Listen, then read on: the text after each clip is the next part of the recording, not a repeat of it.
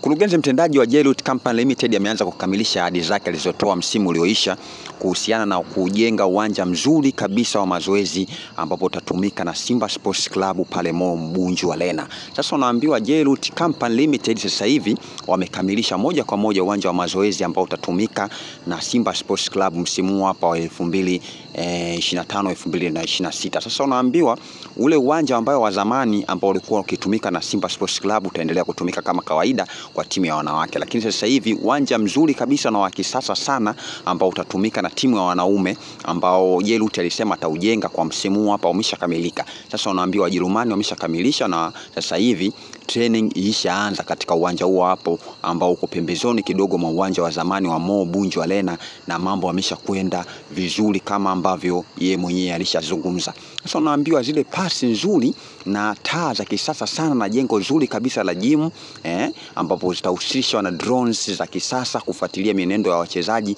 vimeshakamilika. Kila kitu kwa 100%. Kinachotakiwa sasa hivi ni kufuatilia tu, kuangalia kwamba Simba wanafanyaje katika msimu huu hapa, kwa sababu kila kitu kiko tayari. Gym ya kisasa iliyosheheni vitu vya kisasa sana ambavyo vitawezesha wachezaji kufanya mazoezi kwenye viwanja ambavyo viko vizuri na vilivyoendelea kwa uzuri kabisa.